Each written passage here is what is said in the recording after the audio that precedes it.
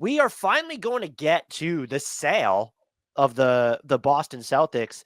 Did you, Mr. Hughes, want to take us through the details of what is the richest sale in NBA history as of now? Wasn't it like pro sports history too? Because they beat the Commanders' valuation of like 6.05 billion. So the buyer, or I mean, it's led by Bill Chisholm, who is from Symphony Technology. It's like a, I don't know, private equity, venture capital, something or other that is I don't know, that seems to be like kind of the norm, as these types of outfits are getting stakes in NBA teams increasingly. Although there's a limit, I guess, on how much like a private equity can hold, like the share of an NBA team that it's allowed to hold. But anyway, so this is $6.1 billion, getting 51% at that valuation. The tricky thing is this is going to be like a tiered sale, sort of, or like it's a weird like gradual transition. So like it does seem like that valuation could go up, and this could be like a $7+ billion transaction ultimately. Is that your understanding? I guess it depends on just what is the latter 49% actually evaluated at. And when, like, because as the franchise valuation goes up, are we paying based on those terms? Like the point is 6.1 to 7 point something, maybe, depending on Can how. I actually ask you a question before we even get to some of the additional stuff? If you were like the framing of it, wouldn't you typically then have seen the 7.3 billion number first, which is the max, I guess? Like the agreement is the next part of the franchise can't be bought at a valuation that exceeds 7.3 billion. Are we just so used to the way that contracts are announced that it doesn't really serve? Like maybe this makes what is that, Chris Giz? How are we pronouncing it? Bill Chisholm. Bill Chisholm. Is this just like, does this make it actually look more favorable? Because he didn't pay 7.3 billion, like he paid 6.1 for at a valuation for majority of the franchise. It's very. I'm just curious as to why we would normally see the bigger number. I feel like listed Right. first. And the 7.3 billion came out after the fact. Yeah, that is weird. I mean, the 6.1 seems pretty obvious. That it's like trying to exceed the previous record for a sports franchise purchase by like one of the smallest amounts possible. But yeah, usually whatever the biggest possible number is what gets released, because it's like it looks better for everybody, I guess. But yeah, I don't know what to make of that. So a Glenn couple other Taylor's notes. upset. That's all we need to like. That's the biggest thing. So he's still searching for additional funding, and the board of governors is not going to vote on this until June. So like, this doesn't feel like a Wolves situation where it's like you're going to have two separate ownership groups like figuring things out. One, because this doesn't seem to be contentious like it is between Glenn Taylor and A-Rod and Mark Lowry, but still. So a couple things to get into the fallout of this purchase, because like this was like a threshold issue that seemed like needed to be resolved before the NBA got onto some other business like expansion and other stuff, but like kind of keeping it local for the moment. So the Celtics are not just a business, they're a basketball team, and they're really good. And it was always going to be hard to keep them together. What does this mean for the team's ability to stay together and be extremely costly? Just a couple details to note, and we can discuss this a little bit more at length. So their 2032, because they are so far into the second apron, their 2032 draft pick is going to be frozen. They finish over the second apron more than once between next year and 28-29. That pick also goes to the end of the first round. And that I did clarify this with Keith. Like that cycle continues, and right? so like You don't get out. Yeah, like their 2033 draft pick is about to be frozen if they stay. Well, you're going to get to that. Sorry, but did you give that much thought? I asked Keith about it because I only focused on the initially frozen pick, and then like how do you get it unfrozen or how long? And then I asked him. It was just like mid podcast. I was like, so wait, you could just have like all these picks just like frozen at once. He was like, yeah. I was like, oh god. Right. So that's the one. I mean, we thought the second apron had teeth. It's like no, there's like several rows of teeth like behind the real pointy ones that we didn't know about, or that we just hadn't focused on because they hadn't like the issue hadn't arisen yet, and now here we kind of are. So. By the way, the Celtics are profiling as a second apron team next year. They are about 22 million into this, or 22.8, almost 23 into the second apron. With their team salary plus the repeater tax, assuming 14 roster spots, they're going to be $513 million operation next year. And that's without like perennially integral Al Horford, who's an unrestricted free agent. I don't know what he's worth, but like they need that dude. He's at 10 And million, he's still a bargain, right? yes, yeah, Yeah. he's still a bargain. But then, like, at where they're at with the tax and the aprons and the penalties, it's like if you sign him to like a $12 million a year deal, it's like, wow, that's 150 million, and it's just that's not right. But it's like the add-ons are really going to make that painful. So I mean, the question is, and we've sort of thought about this for a while. The sale really pulls it into focus. Is like, how long can they keep this team together? And is new ownership's like I don't know, willingness to do this different from previous ownerships? Is it greater? Is it lesser? Like, you don't typically buy things like this to lose money. So like. I don't know. It just introduces a new variable into a situation that was already kind of headed for like a not a crisis point, but like a decision point, certainly.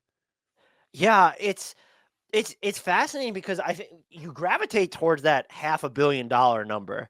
That's a lot of money. Mm. And you have to wonder, like, the new ownership regime, what's their stomach for footing this bill? But I've increasingly, and I was pretty hard. The Nuggets are the team I was probably, and even the Clippers, I was the hardest on of being cowards against the second apron. The Clippers, it worked out really well for them. Right. The limitations, I just clearly, as teams were figuring it out, I didn't give it enough forethought.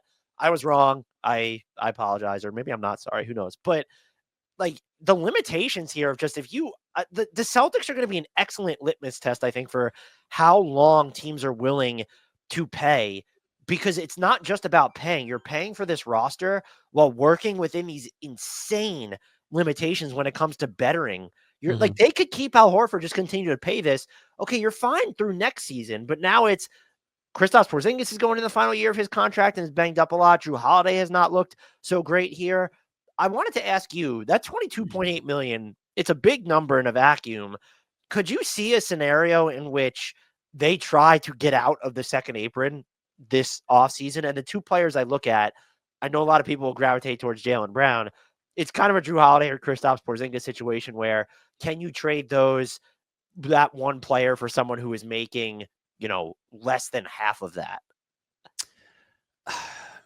I mean, I immediately jumped to like, well, okay, so if it's Pritchard, and I was trying to do it like a different way to just how can we sneak under? I don't think you can really If without it's Hauser and Pritchard, you still fall short of right.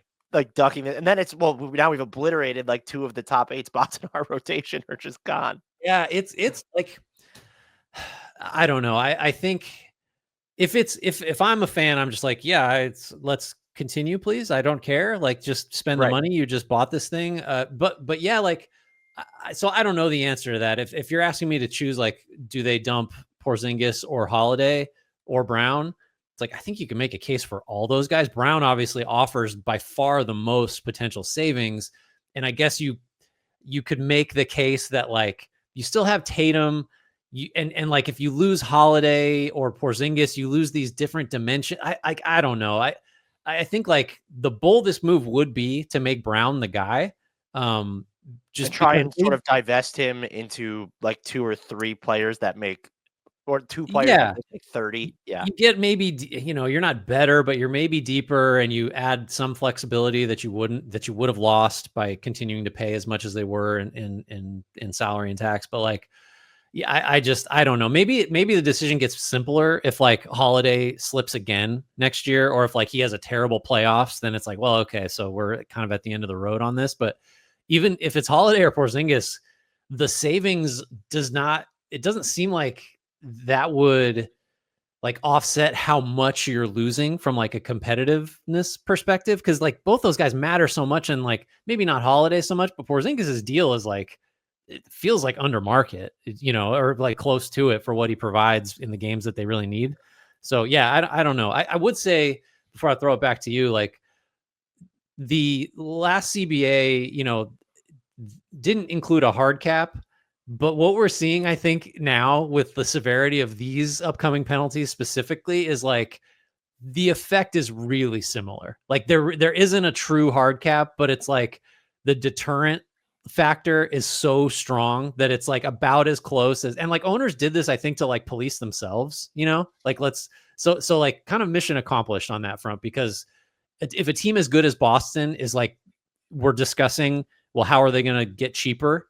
Which is nuts, like right now, but like that's what we're doing. So the second apron and all this other stuff has like clearly had the desired effect, I think, from as far as ownership protecting itself from spending a lot.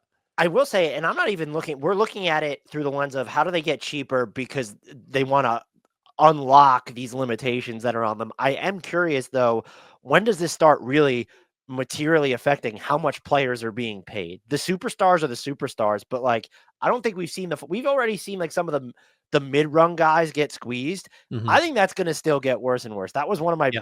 like concerns at the outset of all of this. We just haven't seen it fully bear out. I will say my expectation for the Celtics, you don't want to see kind of what Minnesota did, where it was you stayed in the second apron and got worse type deal. Like, because that screams just like, okay, well, they were planning, I guess, around sort of the longer term viability.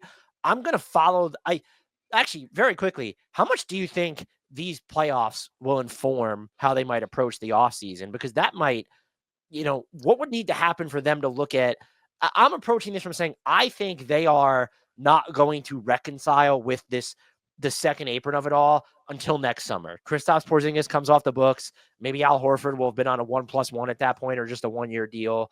You'll have Drew Holiday's deal will be shorter, and you just sort of a reevaluate from there. You've now gone 2 seasons into the second apron. That's always the pivot point that I've assumed they would allow them.